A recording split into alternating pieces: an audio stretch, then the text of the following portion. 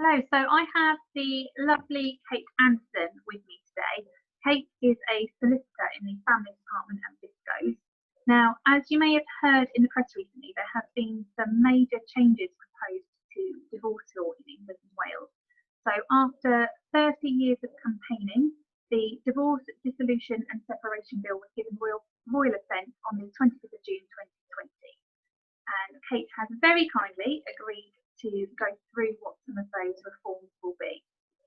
So at the moment, if parties haven't been separated for more than 2 years, in order to issue a divorce proceeding, it has to be done on either unreasonable behaviour or adultery. And what this often means is that there's a feeling of blame. So one party has to blame the other party to be able to get the divorce. And in 2015, 60% of the divorce petitions were done on either adultery or unreasonable behaviour. So it's quite a big problem, and the problem is that it can create conflict even in situations where the parties agree that their relationship has broken down and they want to keep things as amicable as possible. So Kate, can you go through what the proposed reforms are, please? Yeah, of course. So the proposed changes, the main one that has been brought about is that they're taking away the element of blame. They are now putting in a no-fault divorce, so all you have to do is a statement to prove irretrievable breakdown, but there's no need to give the reasons which could cause, as you say, issues between the parties if there's children or if they're still on amicable terms, and allows it to go through a sort of a smoother basis.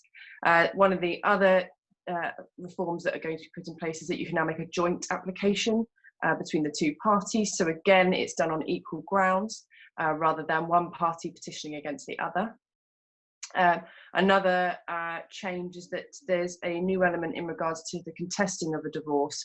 So initially you could contest a divorce on the basis of the grounds given for the irretrievable breakdown. That will now be removed. However, there still are other elements that can be contested against for the petition itself, such as jurisdiction.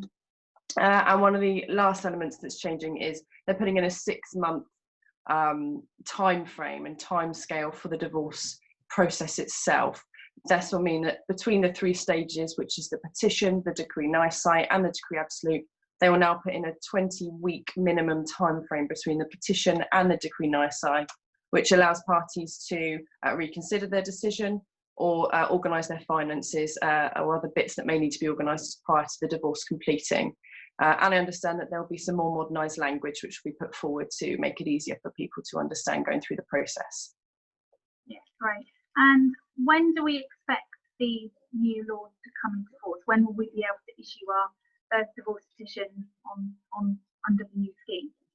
I believe that they're looking at autumn of next year, so around October 2021, to allow for the drafting to be completed. Okay, so that gives people just over a year before they would be able to use the new scheme. What would you say if somebody asked you, should I wait until then? It's a simple answer really, and it's always to seek legal advice. Waiting may cause further issues if there's finances involved, whereas those things need to be sorted fairly quickly if you're separating from your partner, to make sure that finances can be settled appropriately and fairly. So it's always best to go and seek legal advice, and then you can determine what the next step should be. Perfect. Well, thank you very much, Kate. Thanks, all that Lisa. information is really helpful. Thank you. Thank you.